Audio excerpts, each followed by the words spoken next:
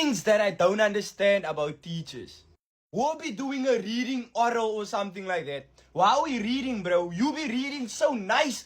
Bro, I be speaking the English that I never thought I could speak, bro. I be reading so perfect, word for word.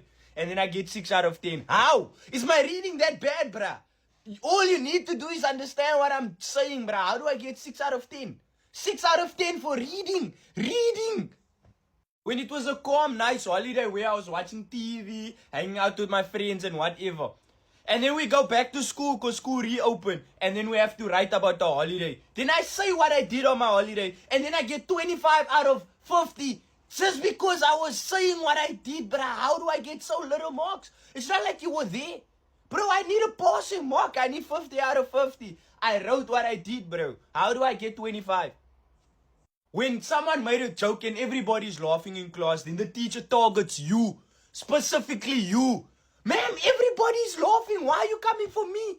Everybody's laughing. You're like, no, I'm going to call your parents. You're so disruptive. What? Ma'am, everybody's laughing.